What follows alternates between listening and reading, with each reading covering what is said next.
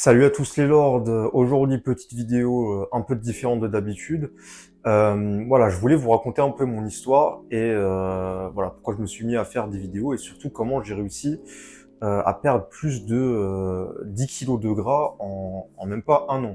Pourquoi je me suis mis à faire des vidéos? C'est pour vous montrer ce que je mange au quotidien et ce qui est pour moi voilà de la bonne bouffe, et j'essaie de prouver que voilà, tout le monde peut le faire. Et c'est pas plus difficile que ça. Si moi je peux le faire, tout le monde peut le faire. Au début de ma vie donc étudiante, voilà, un peu comme tous les étudiants quoi, je mangeais ce qui s'offrait à moi, c'est-à-dire des plats préparés ou bien des fast-food ou bien des choses comme ça, et ça, voilà, je ressentais pas le besoin de cuisiner entre guillemets, je ressentais pas ce besoin-là, et ça se voyait sur ça se voyait sur mon physique. J'étais pas plus sportif que ça. Bon voilà, j'avais fait un peu de judo dans ma jeunesse, et voilà, donc au début de ma vie étudiante, comme je le disais, je prêtais pas du tout attention comme la plupart des étudiants. Voilà, moi je le ressentais, c'était pas quelque chose qui me plaisait, et voilà, on peut dire que c'est par rapport au manque d'activité physique et que on peut totalement manger n'importe quoi du moment qu'on est dans un déficit calorique entre guillemets, et ça posera pas de problème et on aura quand même un physique convenable.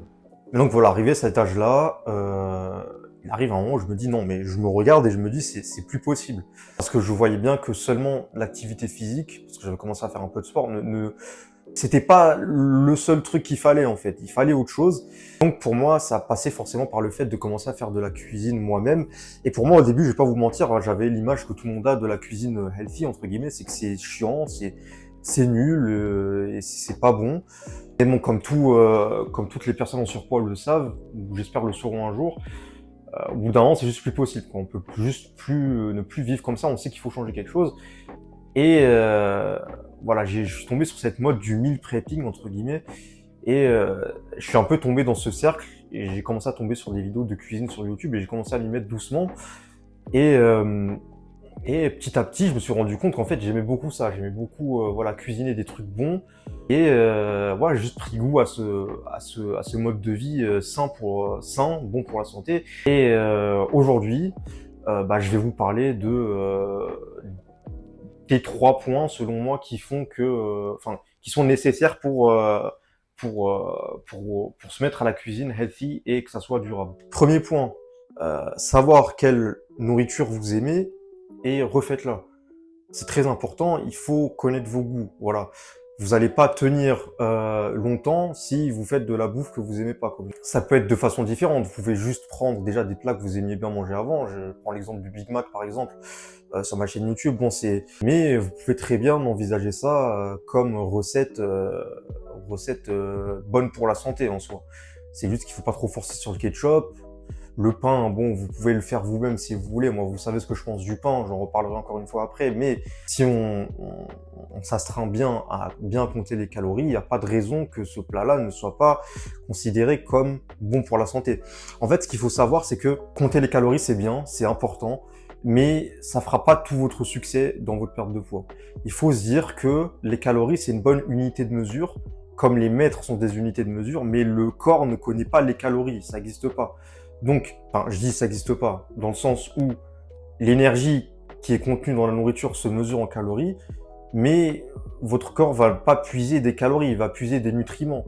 Et ça, c'est très important de le savoir parce que ça va vous permettre d'enfin vous dire déjà premièrement que la malbouffe, c'est pas quelque chose qu'on peut envisager régulièrement pour perdre du poids. Alors oui, si on mange de la malbouffe en dessous des apports caloriques, on va perdre du poids, c'est sûr. On va perdre du poids. Après, il faut se dire, la composition corporelle sera pas la même chez quelqu'un qui mange bien et chez quelqu'un qui mange de la malbouffe seulement.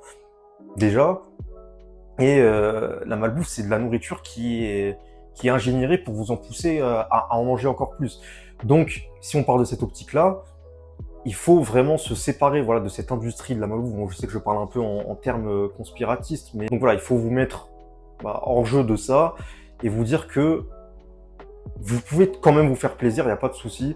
Si une fois de temps en temps vous voulez aller manger un McDo, bon, moi, j'ai vraiment perdu l'envie parce que pour moi, c'est pas de la vraie nourriture. Mais voilà, si une fois de temps en temps, ça vous tente et que vous n'allez pas vous sentir coupable après avoir mangé ça, c'est grand bien vous en fasse. Mais voilà, il faut être capable de se détacher de tout ça et se dire, bon, c'est pas de la bouffe qui est bonne. Ok, les apports caloriques, etc. Bref, c'est pas de la bouffe, c'est de la bouffe qui m'incite à juste à en manger plus. C'est pas sain, je sais que je vais me sentir mal après, déjà rien qu'au niveau hormonal, au niveau mental, c'est pas, pour moi, c'est pas tenable de manger ça tous les jours. Donc voilà, il faut exclure ça de son quotidien, il faut vraiment faire un travail mental sur soi, sur ça. Et d'ailleurs, j'en parlerai encore après du travail mental qu'il faut. Mais voilà, voilà, apprendre à refaire ses recettes favorites. Et pour ça, il y a deux grands points, donc c'est les deux prochains points sur lesquels on va parler, qui peuvent nous aider. Les glucides, qu'est-ce que c'est? C'est une source d'énergie très importante pour le corps. Ça, voilà, on le dit, on le pose tout de suite. Les glucides sont très importants pour le corps. Cependant, il faut faire la distinction entre glucides, donc les sucres dits rapides et les sucres lents. Bon, normalement, c'est plus compliqué que ça. Il y a tout un spectre de sucres, d'index glycémique, mais ça, voilà, je vous en reparle après. Sucre lent, sucre rapide. Il faut savoir que les sucres rapides, déjà, bah, c'est tout ce qui est sucre en poudre, sucre fructose, bref, tous les sucres ajoutés, tout le mauvais sucre, entre guillemets, que vous connaissez sûrement. Euh, c'est quelque chose qui est beaucoup utilisé par l'industrie de la malbouffe et l'industrie de, voilà, de l'agroalimentaire pour vous rendre la nourriture encore plus palatable, comme ils disent en anglais, je ne sais pas si c'est un mot qui se dit en français. Voilà, qui est utilisé pour rendre j'ai pas envie d'appeler ça de la nourriture, mais vous me comprenez, ces aliments plus agréables. Le truc, c'est que ça favorise beaucoup des réactions hormonales qui vont nous faire stocker beaucoup de graisse. Et ça, vraiment, ces sucres-là, on veut les éviter à tout prix. C'est pas des choses qu'on veut dans notre alimentation.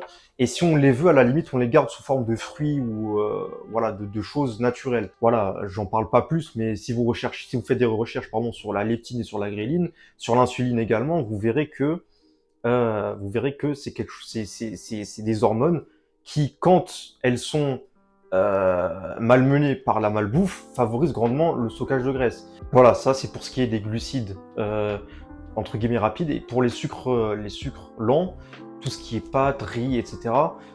Dans un régime normal, quelqu'un de sain qui n'a pas envie de perdre de poids, il faut les avoir. C'est quelque chose d'indispensable. Il faut en avoir une certaine forme. Je disais, voilà, le pain, on évite au maximum, vraiment il faut pas. Même si vous aimez ça, je suis désolé, mais va falloir vous en passer.